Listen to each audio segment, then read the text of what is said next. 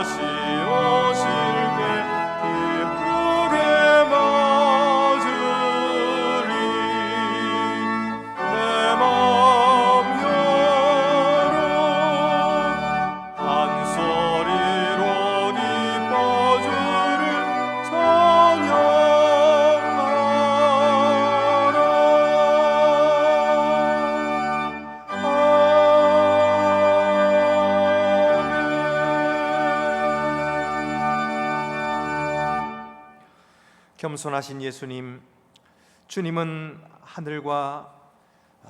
하늘의 영광과 그 보좌를 버리시고 이 땅에 사람으로 오셔서 낮고 천한 자들을 섬기셨습니다. 주님은 저희를 사랑하셔서 하나님을 알지도 못하고 섬기지도 않았던 미련하고 교만했던 저희들을 구원하여 주셔서 주의 제자가 되게 하셨습니다. 그러나 저희는 주님을 따르지 않고 닮지 못했습니다. 사람들을 위해 군림하기를 좋아했고 남들보다 큰 자임을 자랑하려 했습니다. 하나님이 은혜로 주신 지혜와 재능과 물질을 마치 자기 자신의 능력으로 얻고 이룬 것처럼 으스대고 자랑했습니다. 주여, 저희 교만하고 목이 곧은 저희를 용서해 주시옵소서. 이제 주의 법으로 저희를 지도하시사 하늘나라 법칙인 어린아이들처럼 자신을 낮추는 길을 따르게 하시고 겸손하신 주님 안에서 기쁨과 영광을 누리게 하옵소서. 지금은 하나님과 나만이 아는 죄를 생각하며 묵묵히 참회의 기도를 계속합니다.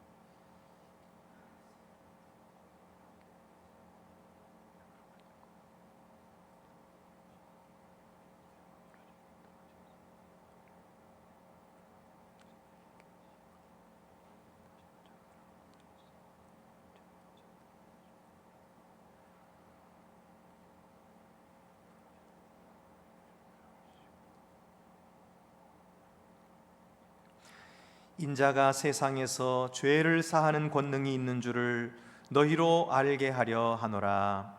아멘.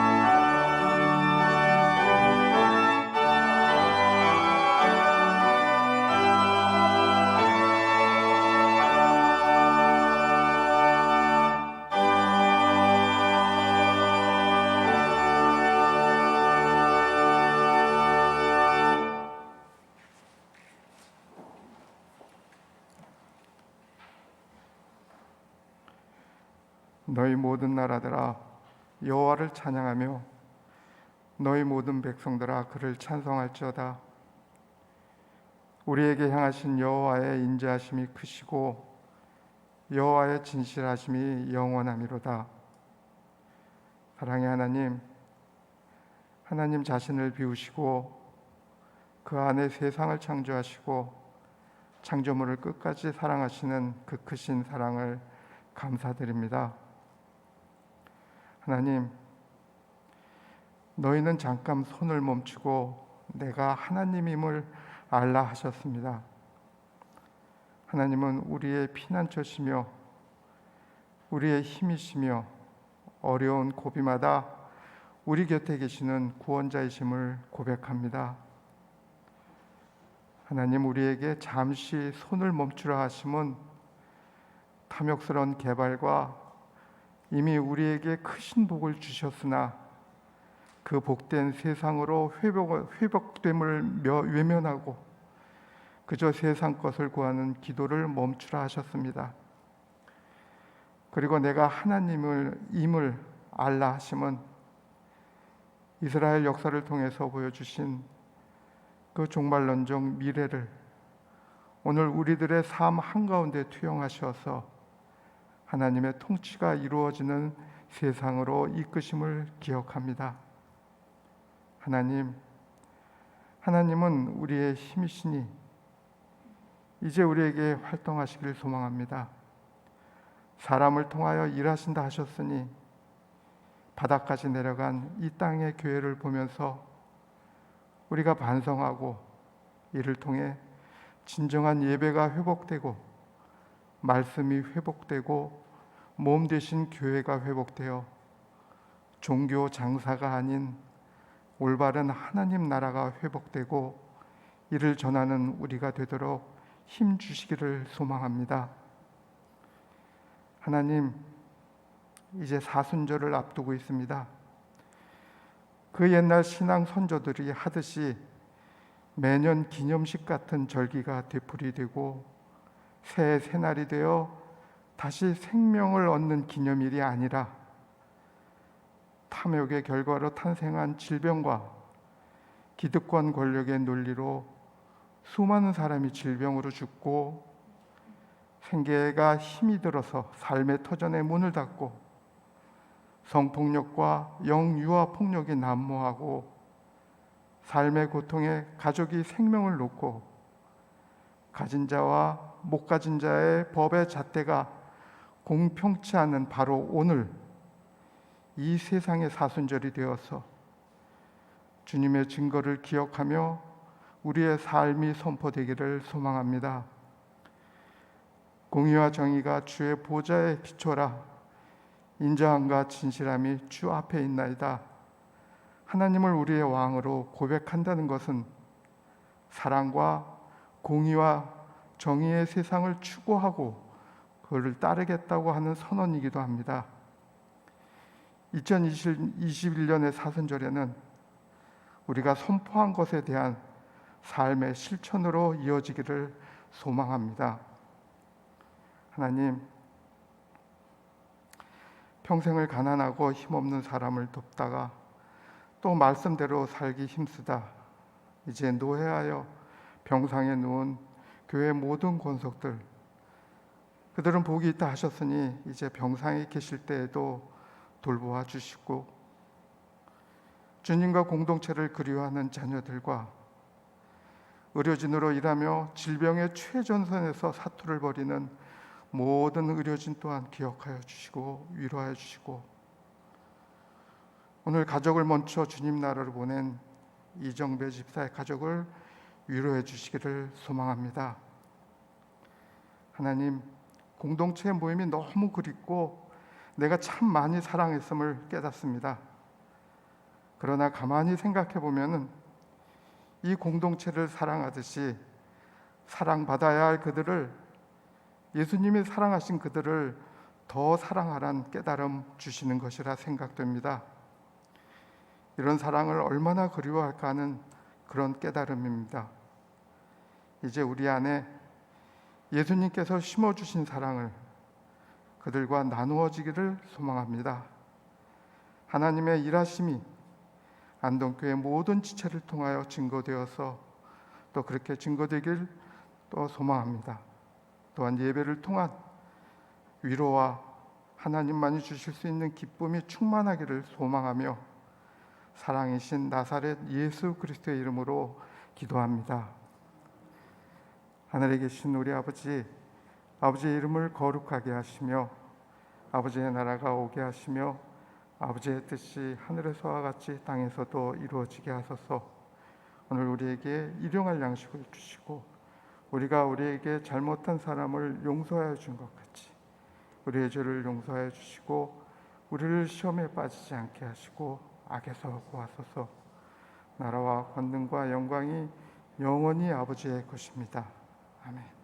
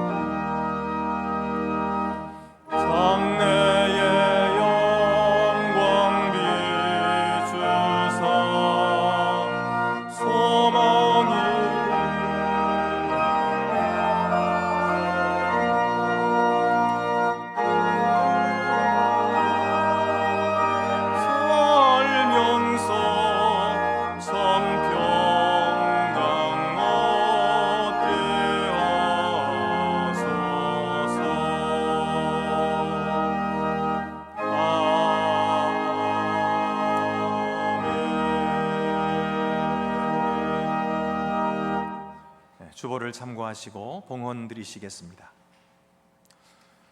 주 우리 하나님께 감사함으로 예물을 드립시다.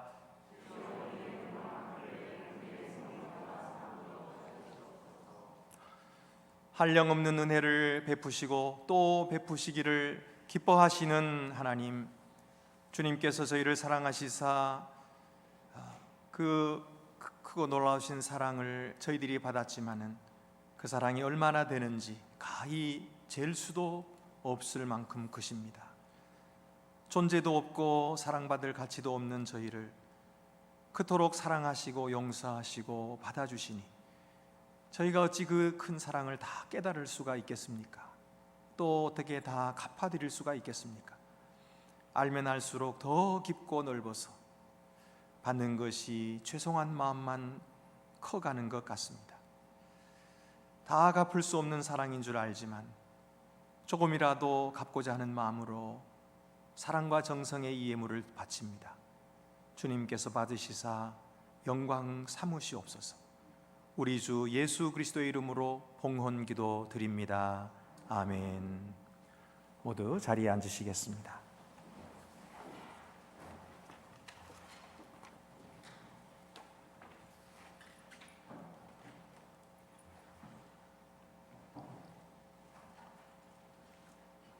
오늘 우리에게 주시는 구약의 말씀은 잠언 16장 18절에서 19절입니다. 구약 성경 928쪽에 있습니다.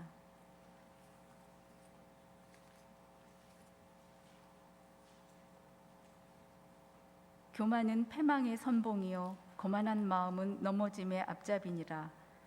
겸손한 자와 함께하여 마음을 낮추는 것이 교만한 자와 함께하여 탈취물을 나누는 것보다 나으니라. 우리에게 주시는 신약의 말씀은 고린도전서 3장 1절에서 7절입니다. 신약 성경 265쪽에 있습니다.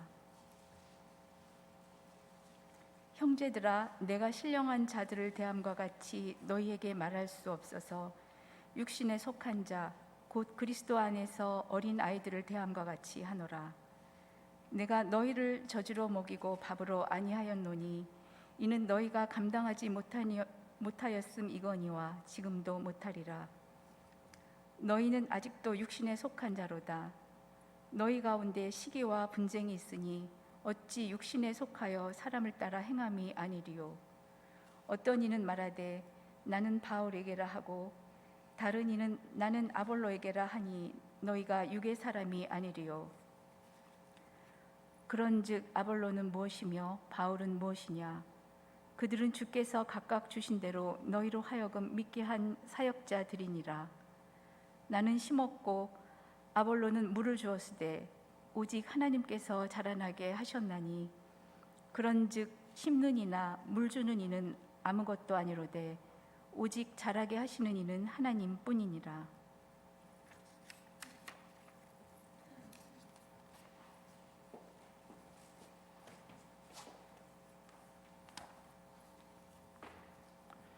우리에게 주시는 복음서 말씀은 누가복음 14장 7절에서 11절입니다. 신약 성경 119쪽에 있습니다. 청함을 받은 사람들이 높은 자리 택함을 보시고 그들에게 비유로 말씀하여 이르시되 내가 누구에게나 혼인잔치에 청함을 받았을 때 높은 자리에 앉지 말라. 그렇지 않으면 너보다 더 높은 사람이 청함을 받은 경우에 너와 그를 청한 자가 와서 너더러 이 사람에게 자리를 내주라 하리니 그때 내가 부끄러워 끝자리로 가게 되리라.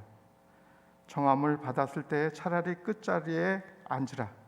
그러면 너를 청한 자가 와서 너더러 벗으어 올라 앉으라 하리니 그때야 함께 앉은 모든 사람 앞에서 영광이 있으리라.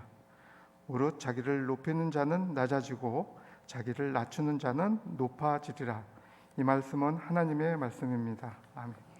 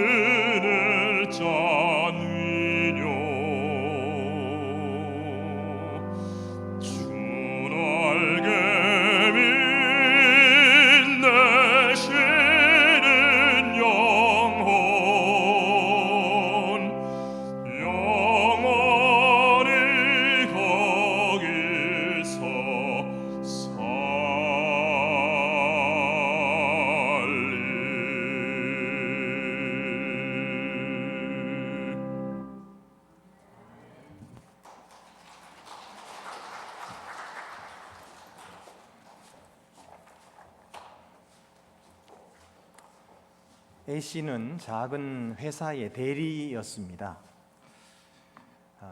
A씨는 아주 열심히 일을 했습니다. 부장님보다도 더 열심히 하고 상무님보다도 더 빨리 출근하고 또 제일 늦게 퇴근하고 열심히 일을 했습니다. 하루는 이 회사에 회식이 있었습니다. 그래서 A씨는 회식 자리에 제일 먼저 갔지요. 그리고서는 내가 그래도 일을 제일 많이 한 사람이니까 사장님 옆자리에 앉아야지. 그리고 사장님 옆자리를 차지하고 앉았습니다. 근데 사람들이 하나둘씩 들어오고, 그리고 마침내 사장님이 들어오는데 사장님이 이 A씨를 보고 말합니다. 이 김대리, 거긴 자네 자리가 아니야. 여기는 상무님이 앉을 자리야. 그리고 상무를 앉히고 김대리를 쫓아냈어요. 그래서 저기 말석에 가서 앉은 김대리가 혼자 생각을 합니다. 내가 이렇게 열심히 일했는데 알아주지도 않는 이 회사를 내가 다닐 이유가 있나, 이렇게 생각을 했습니다. 여러분, 우리가 오늘 성경에 나오는 이야기를 오늘날의 이야기로 바꿔보면 이렇다는 거죠.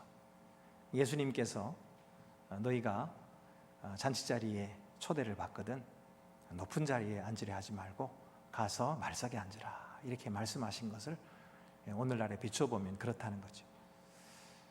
여러분, 우리 가치가 어떻다고 생각하십니까? 내가 속해 있는 직장이나 또는 나의 가정에서나 또는 내가 속해 있는 사회나 그룹이나 거기서 나는 어떤 사람인가? 나는 정말 그 모임에서 꼭 필요한 사람인가? 중요한 사람인가?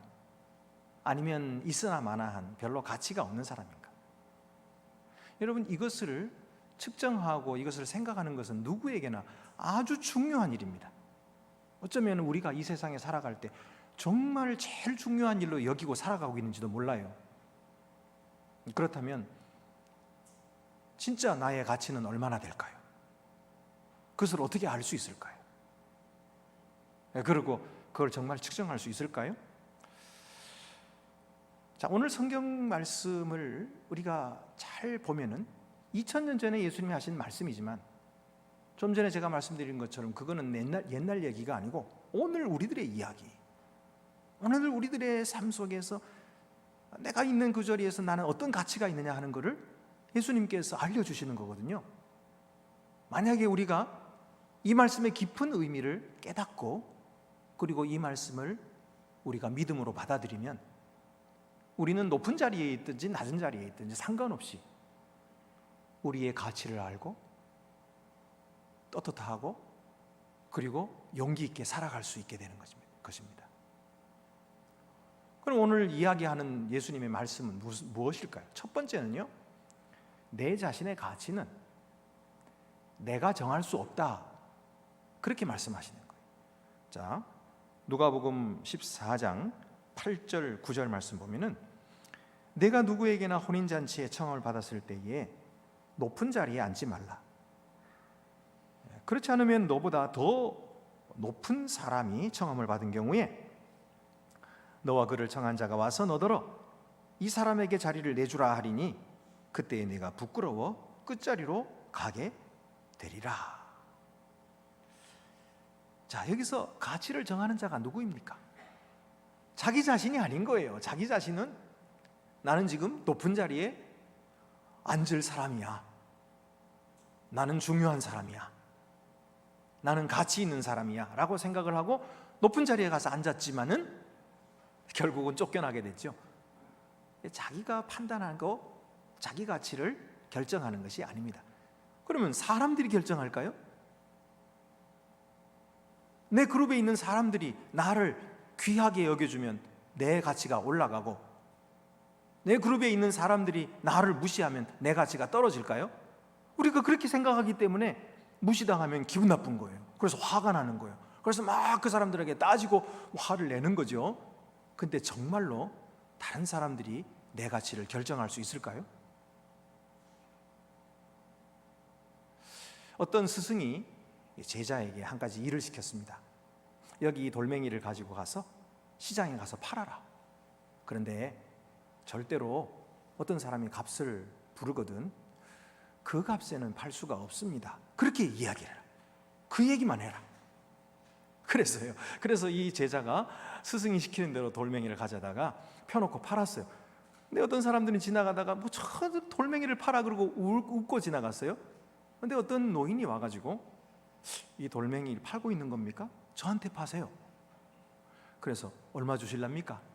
그래서 값을 부르는 거예요. 그래서 스승이 시킨 대로 그 값에는 팔 수가 없습니다. 그렇게 이야기를 했어요. 그러자 이 노인이 아니 그러지 말고 좀 나한테 파세요. 그리고 막 실랑이를 하는 거예요. 그러니까 옆에 있던 사람이 그걸 보고서는 저 돌이 뭐길래 저렇게 실랑이를 하나, 살려고 하나 보더니 나도 저거 가지면 좋겠다 싶어서 내가 더 많이 줄게요 그러는 거예요. 그래서 얼마 주실래요? 값을 부르는 거예요. 그래서 또 스승이 시킨 대로 그 값에는 팔 수가 없습니다. 그러는 사이에 사람들이 모이는 겁니다. 뭐 때문에 저렇게 신랑을 버리고 그러나 다들 보고서는 자기도 그 흥정에 끼어드는 겁니다. 그리고 더 높은 가격을 계속해서 부르는데 부를수록 이 제자는 계속해서 똑같은 말을 하는 거예요. 그 값에는 팔 수가 없습니다. 사람들이 많이 모여가지고 값이 엄청나게 올라갔는데도 그 값에는 팔 수가 없습니다.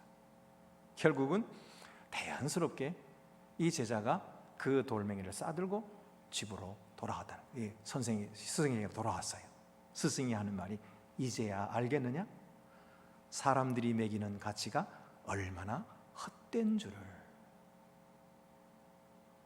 여러분, 사람들이 우리를 보고 저 사람은 귀한 사람이다, 저 사람은 가치 있는 사람이다, 저 사람은 중요한 사람이다, 저 사람은 사랑받을 만한 사람이다 라고 우리를 평가할 때 그 평가가 얼마나 헛된지를 아십니까?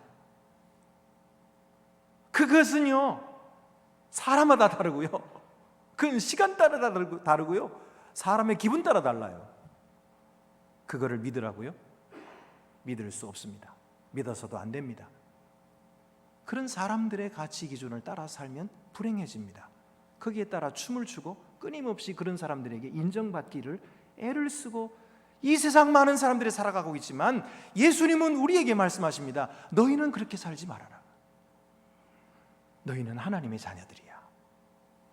너희의 가치는 하나님이 정하신단다. 하나님이 너희를 창조하셨기 때문에 너희의 가치를 누구보다 잘 아신단다. 그리고 하나님은 너희들을 죄에 건지시기 위해서 너희들을 사랑하셔서 자기의 외아들 예수 그리스도를 너희 위에 주시고 그를 십자가 위에 버리시기까지 너희를 사랑하시고 너희를 건지셔서 자기의 자녀로 삼으셨단다. 그렇다면 너희의 가치가 하나님 앞에 얼마나 되겠니? 하고 주님께서 물으실 것입니다. 대답은 여러분께서 하세요. 예수님 말씀하셨어요. 한 생명은 천하보다 귀하다. 그러니 우리가 우리 자신의 가치에 대해서 아무리 높게 평가를 해도요, 하나님이 우리에게 정하신 가치에 미칠 수가 없어요. 하나님은 그보다 더 큰 가치라고 우리에게 말씀하시는 거예요. 하나님께서 우리를 얼마나 사랑하시고 얼마나 소중히 여기시는지는 우리가 가히 측량할 수가 없단 말이에요. 그래서 내 자신을 평가하려고 하지 마시고 사람들의 평가에 춤을 추지 마십시오. 오직 하나님께서 나를 보시는 그 귀한 가치를 받아들이십시오. 믿으십시오. 그러면 높은 자리나 낮은 자리나 어느 곳이든지 우리는 행복하고 가치 있게 살아갈 수가 있는 것입니다. 두 번째 말씀은 주인이 뭘 가지고 평가하느냐, 그것은 바로 겸손이라는 것입니다. 오늘 11절 말씀 보면 무릇 자기를 높이는 자는 낮아지고 자기를 낮추는 자는 높아지리라. 자기 스스로를 막 높인다고 해서 높아지는 것이 아니고 하나님은 오히려 그런 사람들을 낮추시겠다. 그리고 자기를 낮추는 사람을 하나님은 높이시겠다. 그러니까 천국은 이 세상 가치와 완전히 정반대입니다. 뒤집힌 세상이에요. 그래서 겸손한 자가 높은 자라는 거예요. 그래서 하나님은 우리가 얼마나 겸손한 자가 되었는가, 그것을 보시고 우리를 높이시는 거예요. 그게 바로 하나님의 기준입니다.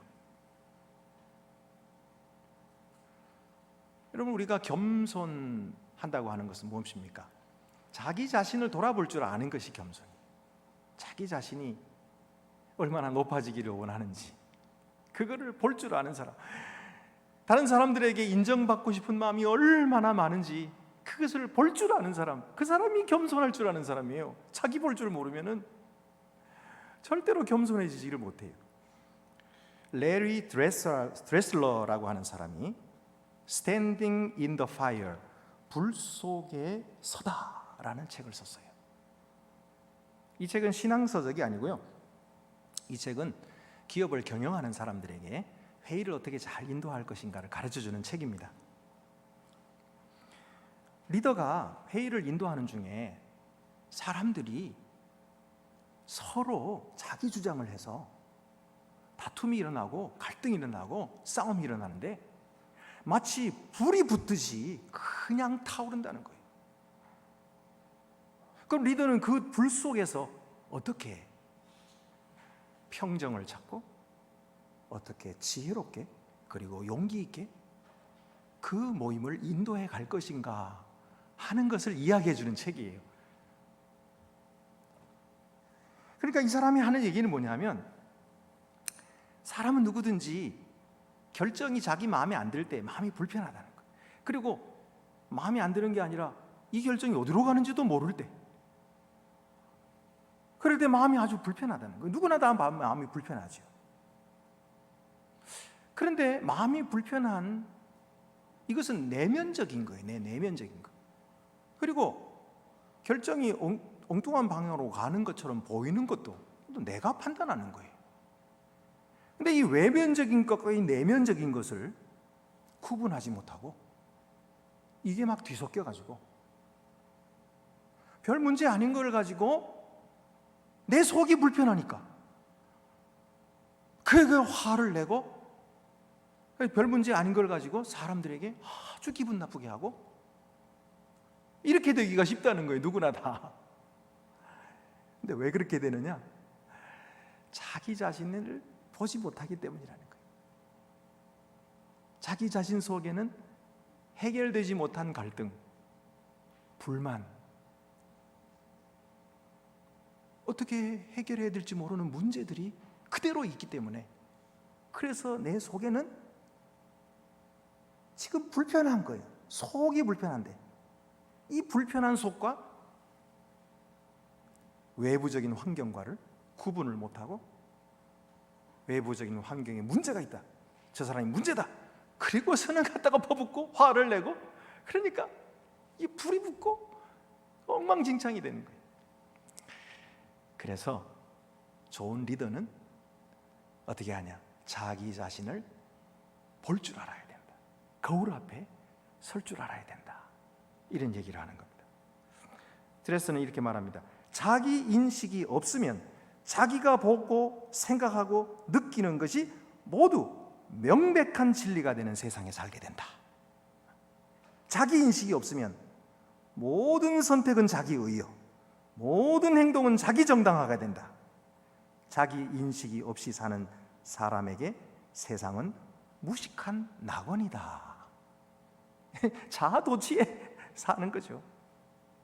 그러므로 우리 자신이 이러지도 저러지도 못하게 되었다든지, 새로운 반응에 거부감을 느낀다든지, 심한 비판을 받거나 신체적인 불편을 느끼게 될 때는 자신을 비춰보는 거울 앞에 서도록 요청받은 것이다.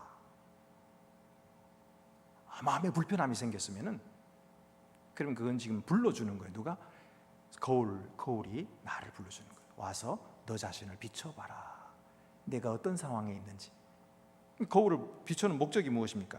자신을 보는 목적은 격동하는 자기 감정을 억압하기 위함이 아니라 자기의 내면적 한계를 알고 선택의 여유를 만들어내기 위한 것이다.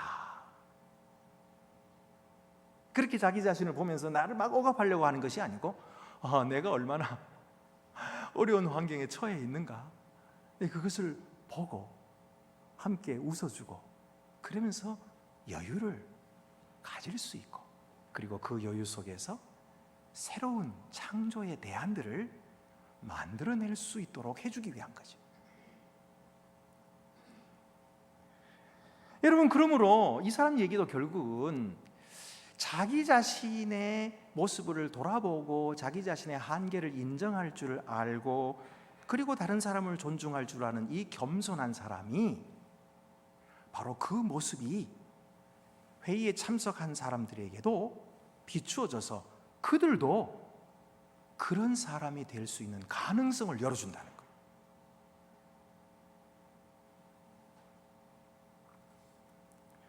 참 재미있는 책이죠.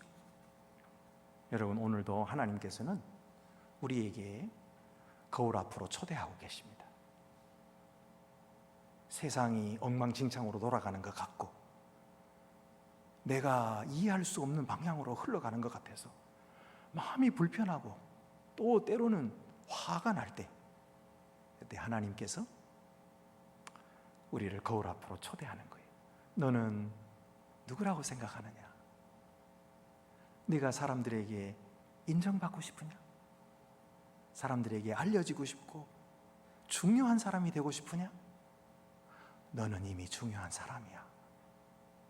다른 사람들이 그렇게 알아주지 않아도 너는 소중한 사람이고 중요한 사람이고 내 앞에 존귀한 자란다.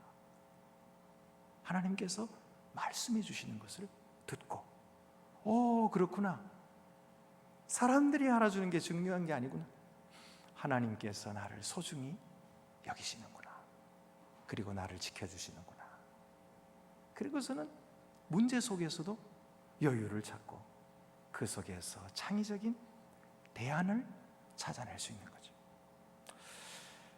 세 번째로는 천국에서 가장 가치가 높은 사람은 약하고 천한 사람을 섬기는 자다 라고 예수님께서 말씀하고 계세요. 자, 우리가 읽지는 않았지만 그 다음 말씀 보면 12절부터 14절입니다.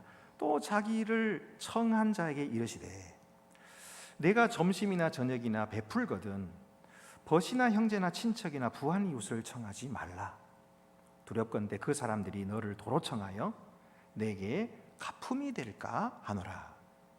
잔치를 베풀거든 차라리 가난한 자들과 몸 불편한 자들과 저는 자들과 맹인들을 청하라. 그리하면 그들이 갚을 것이 없으므로 내게 복이 되리니 이는 의인들의 부활 시에 내가 갚음을 받겠음이라 하시더라. 이 세상과 너무 다르죠. 이 세상에는 남에게 선을 베풀면서도 요거 나한테 얼마나 돌아올까, 나에게 이득이 있을까 없을까, 이득이 있는 일은 열심히 하고 나에게 돌아올 일은 아무것도 없으면 모른 척하고 지나가는 거죠. 이 세상입니다. 그러나 예수님은 그렇게 하지 말라는 거예요. 너희가 저녁이나 점심이나 누구 초대해서 대접할 때 너의 친척이나 뭐 친구나 뭐 보안자나 이런 사람들 데리고 여기 대접하지 말아라. 그 사람들은 돌아가서 너를 또 초청할 거야. 그리고 너에게 다 갚아줄 거야. 그러면 하늘나라에서 너에게 갚아줄 게 없어. 그러니까 너는 남을 대접하고 싶거든 가난한 사람 부르고 몸 불편한 사람 부르고 그리고 저는 사람 부르고 눈먼 사람 불러서 대접해라. 그 사람들은 갚을 것이 없기 때문에 너에게 갚지 못하겠지. 그러나 부활 때에 하나님께서 너에게 갚아주실 거야. 여러분, 예수님께서 말석에 가서 앉으라고 하시는 말씀에 대해서 이해를 하시겠죠? 우리가 말석에 가서 앉을 이유는 바로 말석에 그런 사람들이 많기 때문입니다. 우리가 이 성경을 보면은 그러니까 예수님께서 말석에 가서 앉으라고 했으니까 그게 진짜로 영광 받는 길이네. 그러니까 저 초청을 받으면은 높은 자리에 가서 앉지 말고 일부러 가서 말석에 앉게 되겠구나. 일부러 말석에 가서 앉으면은 그럼 사람들이 당신은 왜 여기 앉습니까? 당신은 여기 올라 앉으세요. 그러면 그때서 못 이기는 척하고 가서 높은 자리에 앉으면 사람들이 보고서는 저 사람 높은 사람이네 하고 알아줄 뿐만 아니라 저 사람은 겸손한 사람이네 하고 더 알아주고 더 너를 존경하지 않겠냐? 그러니 작전상 말석에 가서 앉으라. 이렇게 예수님께서 말씀하셨을까요? 아니에요. 그렇게 보이기도 합니다. 그러나 예수님께서 그렇게 작전상 겸손한 척하라고 말씀하신 게 아니죠. 왜냐하면 하나님이 속을 다 아시는데요. 그렇잖아요. 작전상 말석에 앉아 있는 사람은 더 사악한 사람이죠. 그런 사람들을 어떻게 하나님께서 복을 주시겠습니까? 그런 얘기가 아니에요. 그렇다면 이 이야기는 무슨 말일까요? 바로 말석에 앉으면 예수님의 사랑을 받게 된다는 뜻이에요. 왜냐하면 예수님은 이 세상에 오셔서 말석에 앉으셨거든요. 예수님은 권세 많은 사람, 능력 있는 사람, 그런 사람들을 친구로 사는 것이 아니고 가난한 사람, 힘없는 사람, 그런 사람들의 친구가 되어주시고 그들에게 먹을 것을 주시고 그들의 병을 고쳐주시고 마침내는 그들을 위하여 죽으셨어요. 그들을 위하여 생명을 버리셨어요. 그렇기 때문에 우리가 그런 사람들 곁에 있으면 예수님 곁에 있게 되는 거예요. 예수님의 은혜를 받게 되고 예수님의 사랑을 받게 되는 거예요. 그래서 예수님께서 말석에 가서 앉으라 그랬어요. 내 스스로 높이지 말고, 잘난 척하지 말고, 남들 위해서 너 대단한 능력 가졌다고 자랑하려고 하지 말고, 그거 다 하나님께서 임시로 주신 거니까. 똑똑하다고 해서 그 하나님이 빼앗아 가시면 금세 가져갈 거잖아. 그게 내 거 아니거든. 그러니까 그냥 없는 사람으로 알고 가서 말석에 앉으라. 그러면 하나님의 사랑을 받게 된다.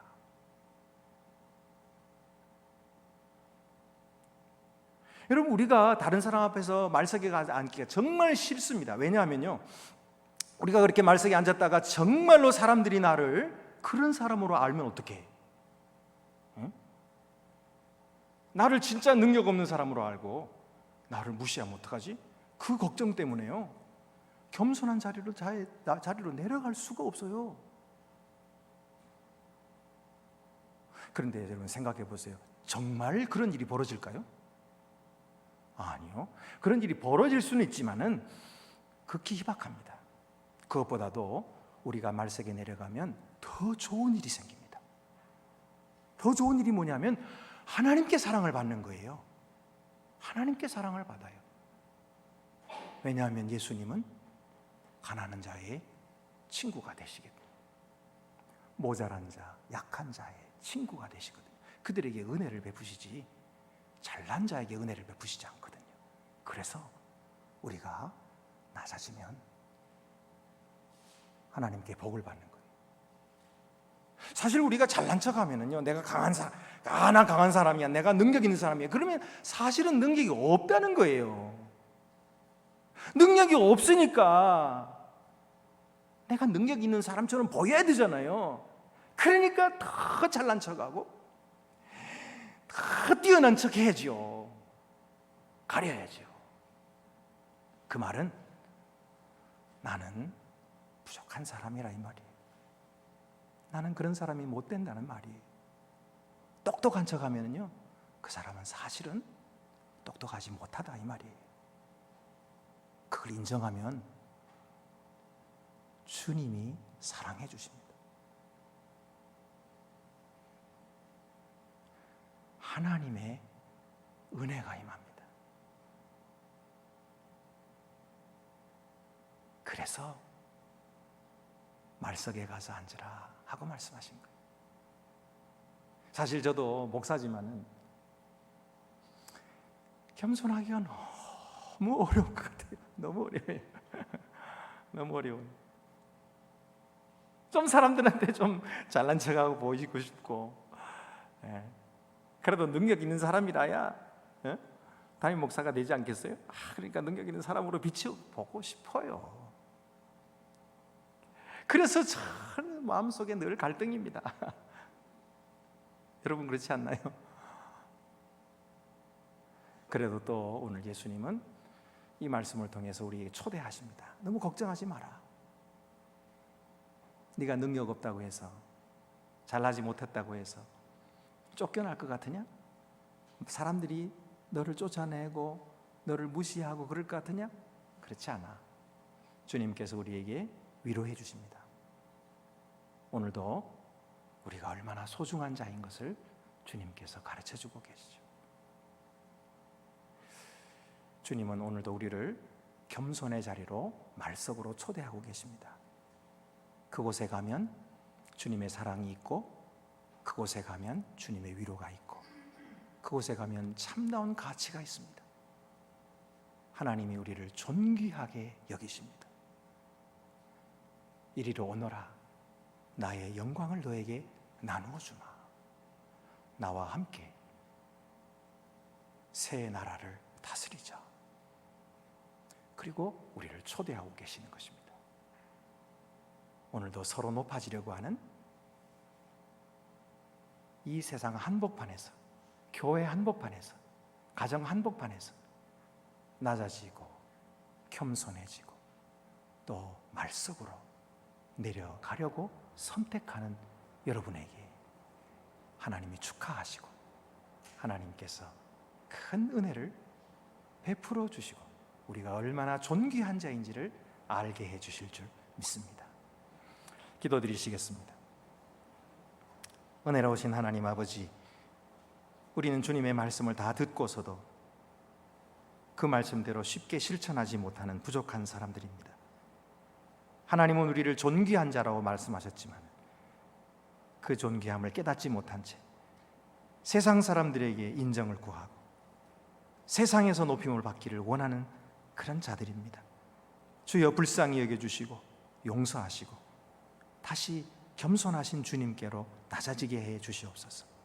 십자가를 지시기까지 겸손해지신 주님, 사람들의 종이 되기까지 겸손하신 주님, 오늘 그 겸손을 우리에게 가르쳐 주시고 우리가 본받고 배워서 예수님과 함께 그 평화를 누리고 그 존귀함을 누리는 주님의 백성들 되게 하여 주시옵소서. 우리 주 예수 그리스도의 이름으로 기도드립니다. 아멘. 나는 전능하신 아버지 하나님, 천지의 창조주를 믿습니다. 나는 그의 유일하신 아들 우리 주 예수 그리스도를 믿습니다. 그는 성령으로 잉태되어 동정녀 마리아에게서 나시고 본디오 빌라도에게 고난을 받아 십자가에 못 박혀 죽으시고 장사된 지 사흘 만에 죽은 자 가운데서 다시 살아나셨으며 하늘에 오르시어 전능하신 아버지 하나님 우편에 앉아 계시다가 거기로부터 살아있는 자와 죽은 자를 심판하러 오십니다. 나는 성령을 믿으며 거룩한 공교회와 성도의 교제와 죄를 용서받는 것과 몸의 부활과 영생을 믿습니다. 아멘. 광고 말씀 드리겠습니다. 우리 다음 주부터는 20%까지 모일 수가 있습니다. 지금은 10%라서 45명인데 20%가 되면 한 예배에 90명까지 모일 수가 있어요. 그렇게 우리 많이 참여하셔서 예배 드리시게 되기를 바랍니다. 2부 예배 후에 곧바로 본당에서 공동의회 예산을 위한 2021년도 예산을 위한 공동의회가 개최되겠습니다. 우리 세례교인 이상들은 모두 참여해 주시기를 바랍니다. 그리고 은퇴 및 추대식을 작년 연말에 못했습니다. 코로나 때문에. 그래서 다음 주에 2부 예배 때 하도록 하겠습니다. 거기에 명단이 나가 있습니다. 이분들을 위해서 여러분 축하해 주시고 기도해 주시기를 바랍니다. 또 구역장 온라인 모임은 이번 주 금요일에 줌으로 있겠고요. 다음 주에 2부 예배 후에는 본당에서 잠시 구역장 모임을 다시 한번 갖도록 하겠습니다. 우리 작년 성경 공부반에서 500회차 강좌가 있게 되겠습니다. 그리고 슬픈 소식입니다. 우리 김현숙 집사님의 남편 되시는 고 이정배 집사님께서 어젯밤에 소천을 하셨습니다. 오늘 오후 5시에 입관 예배 우리 가서 예배 드리도록 하겠습니다. 그리고 또 내일 아침에 발인하도록 하겠습니다. 슬픔을 당한 가정을 많이 위로해 주시기를 바라고 하나님의 위로가 함께 하시기를 바랍니다. 이제 우리 다 같이 자리에서 일어나셔서 위탁의 말씀과 함께 파송의 찬송 1절만 부르도록 하겠습니다. 평강 안에서 세상 속으로 나아가십시오. 마음을 다하고 목숨을 다하고 뜻을 다하여 주 하나님을 사랑하십시오. 또한 여러분의 이웃을 내 몸같이 사랑하십시오.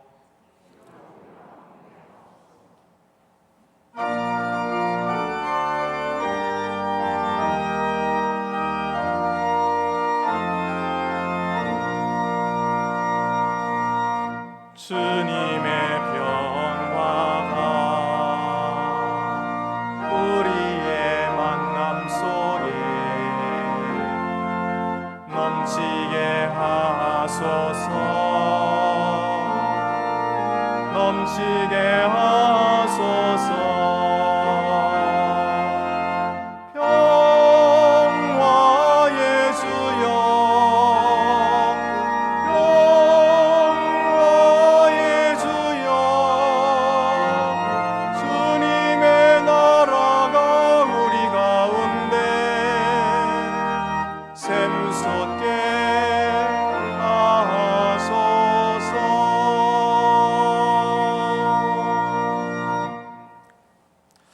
이제는 천하고 무능한 저희 곁에 오셔서 친구가 되어주시는 겸손하신 주 예수 그리스도의 은혜와 겸손한 자를 높이 들어 영광 주시는 아버지 하나님의 크신 사랑과 사람이 주는 인정보다 하나님이 주시는 인정을 더 귀히 여기도록 가르치시고 인도하시는 성령의 교통하심이, 예수님처럼 가난하고 병든 자를 대접하는 겸손한 자로 살기로 다짐하는 주님의 자녀들을 위해 이제와 영원히 함께 하옵시기를 간절히 축원하옵나이다. 아멘.